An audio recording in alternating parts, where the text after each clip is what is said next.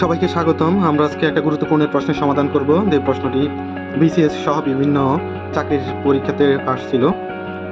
এই প্রশ্নটা সকল সরকারি চাকরির পরীক্ষার জন্যই গুরুত্বপূর্ণ। প্রশ্নটা হচ্ছে পি এর মান কত হলে 4x² - px + 9 একটি পূর্ণবর্গ রাশি হবে। এখন পূর্ণবর্গ রাশি বা পূর্ণবর্গ সংখ্যা বলতে আমরা কি বুঝি? যেমন 4 ইকুয়াল লেখা যায় কত? 2²। 9 ইকুয়াল 3²। তাহলে 4 একটা পূর্ণবর্গ সংখ্যা, 9 একটা পূর্ণবর্গ সংখ্যা। আবার a plus b whole square সমান কি? a² plus 2ab plus b²। এটা একটা পূর্ণবর্গ রাশি। একটা সূত্র হলো একটা পূর্ণবর্গ রাশি। কারণ আমরা এখানে p এর মান কত দিলে এটাকে হোল স্কয়ার আকারে প্রকাশ করা যাবে, অর্থাৎ এরকম একটা বর্গ আকারে প্রকাশ করা যাবে। 4x² - px plus 9।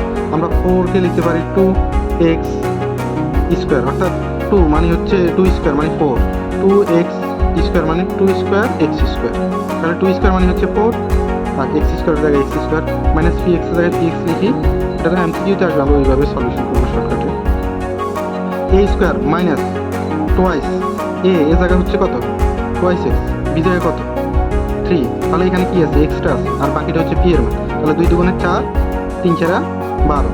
তাহলে এখানে p এর মান হচ্ছে 12, p সমান 12।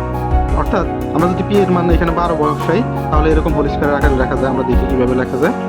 2x² minus 12x plus 3²। তাহলে 2x² minus 2 into 2x into 3 plus 3²। এখানে সরাসরি লেখা যায় 2, এখানে ব্র্যাকেট দিতে হবে অবশ্যই। 2x plus minus 3 whole square, অর্থাৎ a² minus twice ab plus b² a² minus twice ab plus b² সমান কি দাঁড়ায়? a minus b whole square. অর্থাৎ এটাকে বর্গ আকারে প্রকাশ করা যায়।